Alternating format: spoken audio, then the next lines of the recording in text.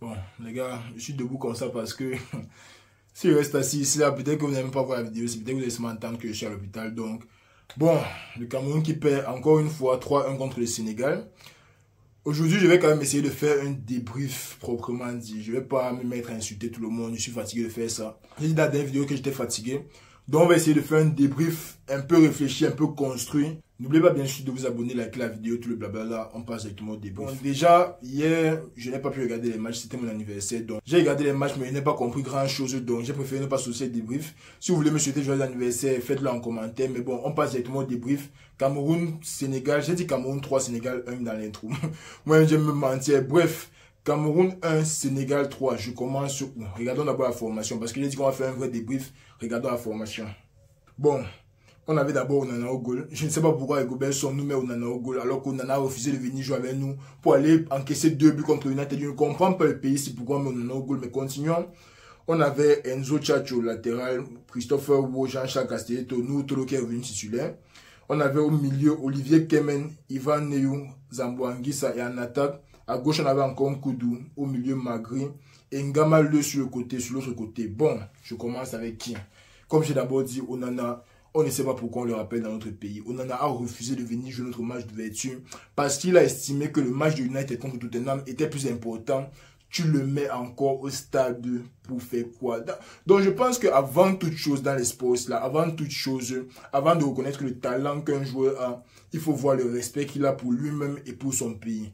Onana, tu ne peux pas nous laisser comme ça là pour aller jouer un match soi-disant important avec United. C'est même pas comme si c'est la finale de la Ligue des Champions, c'est même pas comme si c'est la finale d'une coupe. Ce n'est même pas un match important, c'est un match de mi-saison. Tu peux pas jouer un match contre un Tottenham qui n'a ni Heung Min Son, ni James Maddison. Avec un attaquant comme Timo Werner, tu abandonnes d'abord ton pays pour aller jouer le match là. Rigobert Song, seulement à travers ça, je comprends qu'il n'a aucune autorité dans le vestiaire. Je suis désolé pour celui qui a envie de dire quoi que ce soit. Rigobert Song n'a aucune autorité dans le vestiaire. Bon, maintenant le match commence. Déjà, au début du match, on a mis une petite pression, mais c'est surtout parce que les Sénégalais n'étaient pas encore dans leur match. Ils étaient encore en train de reculer, défendre, absorber la pression. Ils étaient encore en train de se mettre en place. Et à la 20e minute, on encaisse. À cause de qui? D'après moi, c'est à cause de Nana. Je ne sais pas ce que vous allez me dire dans les commentaires, mais d'après moi, c'est à faute de Nana. Il y a un ballon qui est en l'air, tête de Zambo Anguissa, le ballon monte. Onana sort en tant que gardien. Déjà que sa taille pour un gardien, 1m85, moi je ne suis pas d'accord. Tu as un Thibaut Courtois qui a 2 mètres. Tu as un autre gardien, Onana qui a 1m85. Il saute pour prendre le ballon, le gars boxe ça en plein axe. Il boxe ça en plein axe, votre frère, parce que moi c'est pas mon frère, votre frère, bien c'est Georges Kevin Koudou, il vient, il met les fesses. Amortit le ballon, le gars vient mettre les fesses, les gars ont récupéré, frappe contrée par Zambo. Le ballon est entré 1-0, ça ne fait aucun sens ce gars. Premièrement, pourquoi on n'en arrive pas à aller jouer un jeu aérien, aller prendre le ballon en tant que gardien. Même si un joueur placé là, prend le ballon, il te fait tomber, on siffle la faute, gars. Il est assez expérimenté pour ne pas faire ce genre d'erreur. Il part boxer le ballon en plein axe, mais vraiment les gars, on attendait quoi du gardien ici? On attendait le gardien là pour faire, on a mis même ça pour faire quoi avec lui, parce que c'est peut-être notre meilleur gardien, mais il n'était clairement pas dans la compétition. C'est comme ça qu'il m'a frappé quand le premier but est entré. Onana n'est pas dans sa compétition, il ne va pas nous servir à grand chose ce match-ci. Parce que tu ne peux pas te permettre de faire une erreur comme ça, alors que tu es le gardien qui est censé être le titulaire, celui qui, notre MDC, notre DC, tout ça c'est censé être toi. Tu viens à la 20e minute, tu nous vends déjà un but. Donc là déjà, j'étais un peu un genre. Maintenant dans le match, même niveau possession, quand tu voyais comment on jouait, parce que si je vous donne l'effectif du Sénégal ici, là vous serez surpris. Bon, ceux qui regardent le football seront peut-être pas surpris, mais les joueurs que le Sénégal a, regardons la liste du Sénégal. Le Sénégal, ils ont au moins 2 joueurs de classe, pour ne pas dire mondial, de classe européenne. À chaque ligne, il y a au moins 2 joueurs de classe européenne. Regardons.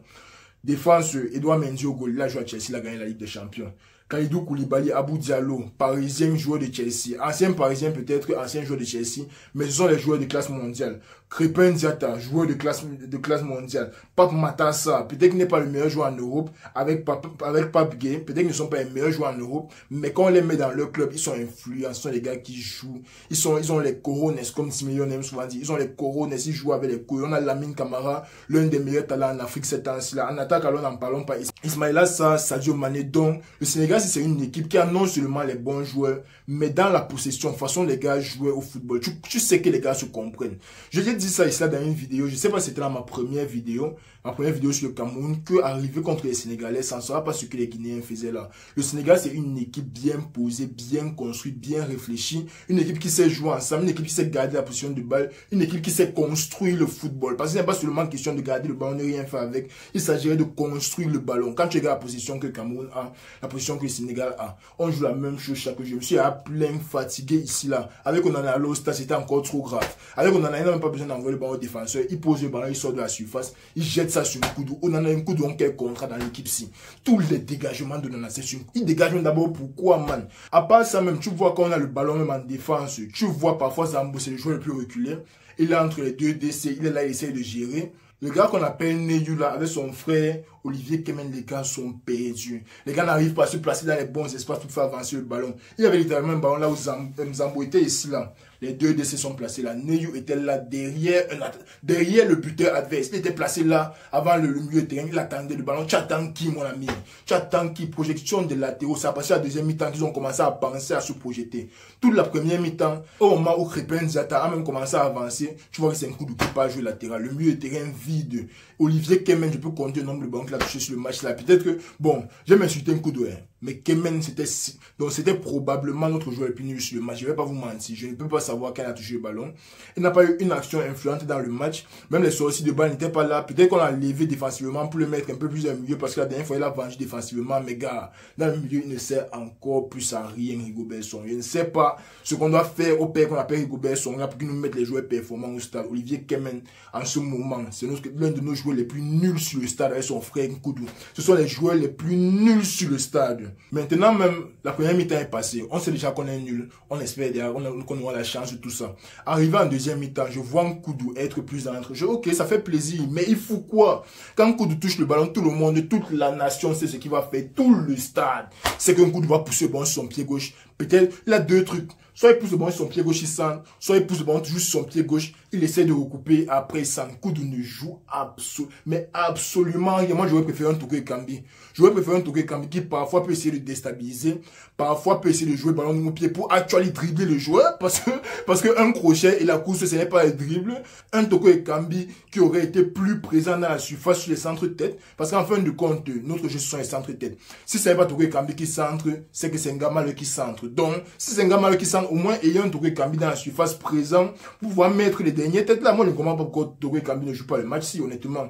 Peut-être que le dernier match était absent, mais ça, c'est parce que les Rigobert sont là mis dans un poste où il n'est pas habitué à jouer. Sur le match, si tu nous mets Togo Kambi sur la place d'un Nkoudou, peut-être qu'il ne va pas avoir autant de débordements. Peut-être on s'en fout même de ça parce que les débordements de Nkoudou là, en fin de compte, ça n'a servi à rien. Il n'a rien fait de bon dans le match. Tous nos corners qu'il a tirés étaient au champ. Tout ce qu'il a fait, rien de bon. Donc, on ne va même pas considérer ce que Nkoudou a fait, que Togo Kambi ne peut pas faire. Mais Togo Kambi, moi, je pense qu'il apporte un joueur beaucoup plus versatile que Nkoudou en tout cas.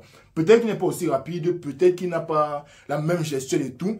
Mais quand tu vois son apport en général dans le jeu, moi je pense que Togo Kambi est beaucoup plus sur tête pour jouer dans l'équipe du Cameroun d'aujourd'hui que Nkoudou. Maintenant, vers la 51e minute, déjà que le Sénégal nous a fusillé tout le match. Je ne peux même pas commencer parce que j'ai actuellement noté le match-ci. Je ne peux pas commencer à vous citer toutes les actions que le Sénégal a ratées là. Sinon, on ne va jamais arriver. On ne va jamais vraiment arriver. Mais moi, j'ai vraiment un problème. C'est le gars que vous appelez Nkoudou là. Je sens que j'ai vraiment besoin de parler de Nkoudou. Peut-être même besoin de parler à Nkoudou. Parce qu'à ce niveau-là, moi, je ne sais plus. FIFA 16, mon frère vient me voir. Il me dit, il y a un petit Camerounais comme ça, le gars 96 en vitesse, parce qu'on sait tous que dans FIFA, c'est la vitesse qui compte. Il a 96 en vitesse, machin, il joue bien, c'est au Beşiktaş, bien, c'est à Trabzon Sport. Il s'appelle comment? Georges Kevin Nkoudou. Je ne pouvais jamais imaginer que c'était le gars qui avait 65 de général là à FIFA, qui allait être titulaire dans les Lions d'aujourd'hui. Donc, même si je dois nous donner une note aujourd'hui, une note dans FIFA, je ne lui donne pas plus de 70. Nkoudou, c'est l'un des gars les plus, mais archi nul. Que ce soit dans ce qu'il fait déjà, qui fait très mal, débordement centre, sur les corners, nul. Les coups francs qu'on a eu, nul.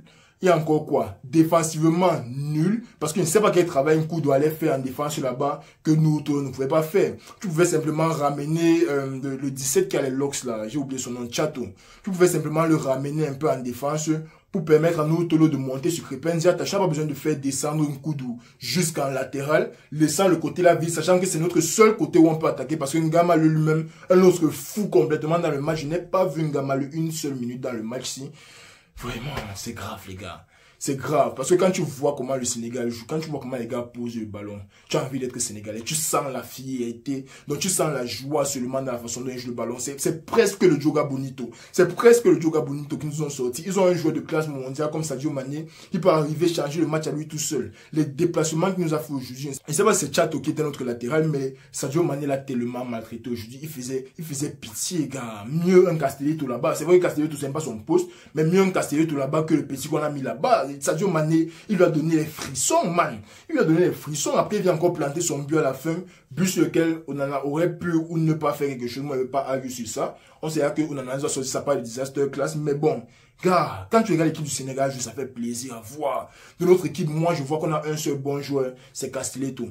Après Castelletto, le reste de notre équipe, ce sont les maçons, ce sont les vendeurs de beignets. Qu'on se dit ça là maintenant. À part Castelletto, le reste de Lyon, ce sont les vendeurs de beignets. Il n'y a pas un seul joueur qui m'a impressionné sur le match-ci. Zambo même, tu sens qu'il veut, tu sens qu'il essaye. Mais ça ne donne pas. Il n'y a pas les joueurs adéquats autour de lui. Un gars qui sort de Naples, il sort de Naples là où je joue avec Kvaratskhelia, Osimhen, les Di Lorenzo. Hein? Tu la ramènes au Cameroun. Il n'y a même pas un bon joueur devant lui. Le gars que vous appelez Magri. Magri a le ballon. Il est devant la surface. Il donne le ballon pour qu'on centre. Tu fais quoi? Même si tu es de gauche, cherche à te tourner, cherche à faire un truc. On peut te donner le ballon, tu donnes sur le côté pour qu'on centre. Les joueurs qui ne savent même pas centrer. On ne peut pas jouer les centres. J'ai dit ça, c'est fatigué. Tu n'as pas un joueur qui peut centrer et un joueur à la réception. Magri, vraiment, sur le match d'aujourd'hui, on a eu peut-être 5 tirs 0 cadrés à part le but. Le but de Castelletto, c'était le seul tir cadré. Après, on revient encore sur votre Combin Koudou, qui a la balle du 2-2. Il met dehors, mais on va jouer quoi, gars? C'est là que Togo et Cambi aurait peut-être pu planter son but. On va jouer quoi? Si vous centrez tous les ballons, encore que c'est Castelletto qui a centré le ballon là. Donc Castelletto, c'est notre meilleur buteur, meilleur passeur, meilleur défenseur, meilleur attaquant. Tout dans l'équipe. Là, on joue latéral dernièrement. Donc, il sait tout faire dans l'équipe. À part Castelletto, on n'a pas d'équipe. Sans Castelletto, aujourd'hui, on prend 3 ou 4. On prend 5 ou 6. On prend 5 ou 6, gars. C'est tellement frustrant. Les Lions sont tellement frustrants. Maintenant, on va jouer la 3e place contre qui? Contre la Gambie. Mais gars, c'est humiliant, gars. C'est humiliant. Regardez comment il transpire déjà. C'est humiliant, c'est fatigant. C'est exaspérant, gars. Il ne sait même plus quoi dire. Il ne sait même plus quoi dire sur le match-ci, gars. Vous me voyez comme ça, je ne suis même pas énervé. Ça me fait seulement mal de voir à quel point une équipe comme le Sénégal peut exploiter le ballon. Ils peuvent exploiter leurs jeunes, jouer un football construit. Et nous, on est là, on se repose sur les longs ballons. Quand le ballon arrive devant, même pas chance, on centre, on tête. On n'a pas un tir du pied dans tout un match. Est-ce que c'est normal? Est-ce que c'est normal? Car à 75e minute, on n'est pas un tir cadré. Est-ce que tout ça est normal, les gars? Mais non. Prenons-nous au sérieux, gars. Prenons-nous au sérieux. Si on les élimine à la phase de poussée, moi, je fais plus les vidéos sur les Lions. Donc, et c'est pas c'est sur ma prochaine Coupe du Monde que vous allez encore me voir parler des Lions. Mais honnêtement, on nous élimine la semaine prochaine, là. Moi, je ne suis plus là. Vraiment. Je suis à fatigue. Every day, la même équipe, man. Every day. Ah, les gars, je pense que je ne vais pas arrêter plus que ça. Je suis à fatiguer. Prenez soin de vous. Je ne sais pas quel match il y a demain, mais on va probablement se reprendre pour ça. Jusque-là, on est ensemble. N'oubliez pas bien sûr de liker, vous abonner et faire tous les gris-gris. Là, on se prend au prochain match, les gars.